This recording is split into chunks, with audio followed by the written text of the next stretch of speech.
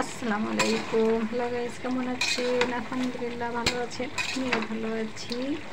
তো আজ শুক্রবার আমি রান্না করতেছি, অনেক কিছুই রান্না করতেছি। তার ভিতরে তো একটু রান্না স্পেশাল থাকে এই শুক্রবারে। তো মুরগি রান্না করতেছি। মুরগিটা হচ্ছে আমাদের গ্রামের বাড়িতে, একদম বাড়িতে পালা দেশি মুরগি। ওইটা আমি আসলে ঢাকার কোনো মুরগি খাই না, সেটা দেশি হোক আর বিদেশি হোক, কোনো মুরগি আমি খাই না। তো বাড়ির থেকে যদি কোনো মুরগি নিয়ে আসে কি বাড়িতে যাই, তখন বাড়ির মুরগিগুলো খাই। তো আমার ভাসুরির ছেলে আসছে, তো ওকে আমি বলে দিয়েছিলাম যে তুই বাড়ির থেকে আমার জন্য মুরগি নিয়ে আসবি। তো ও দুইটা মুরগি নিয়ে আসছে, তো আমি দুইটাই একসঙ্গে রান্না করতেছি।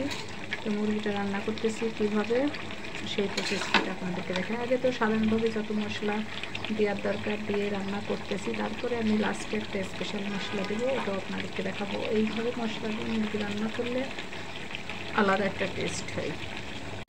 এই যে আমার মুরগিটা কষানো হয়েছে, একদম তেল হয়ে আমি কষাই নিচ্ছি। নেওয়ার পরে আমি একটু ঝোলের পানি দেবো, গরম পানি। একটু ঝোল রাখবো, দেশি মুরগি তো একটু ঝোল রাখলে ভালো লাগবে। আমার কাছে ঝোল মুরগিটা ভালো লাগে। মুরগির গোশ খায় আর না খায় আমি অত পছন্দও করি না, তাও 2-1 পিস খাই। আর মুরগির ঝোল আলু এটা আমার পছন্দ। তা আমি যে কিছুটা পানি দিয়ে এখন ঝোলের পানি দিয়ে দিলাম। এটা জাল হবে, জাল হওয়ার পরে তারপরে আমি মশলাটা দিব। এই যে আমি ঝোল করে রান্না করলাম, আলু দিয়েছি যেহেতু, তো আর একটু ঝোল কমে যাবে। তারপর আমি একটু ঝোল রাখবো মুরগিটার।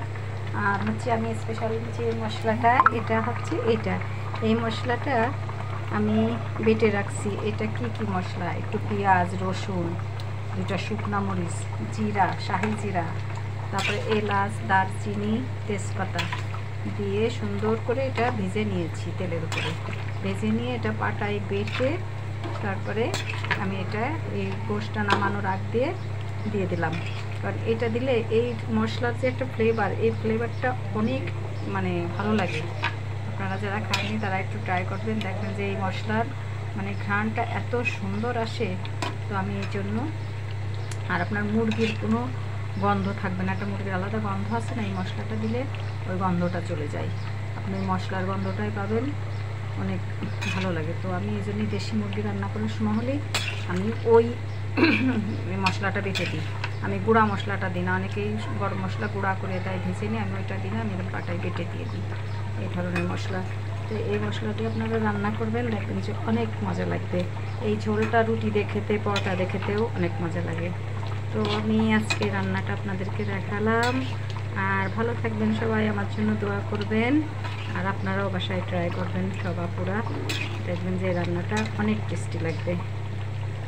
আলহামদুলিল্লাহ, ভালো থাকবেন সবাই। আসসালামু আলাইকুম।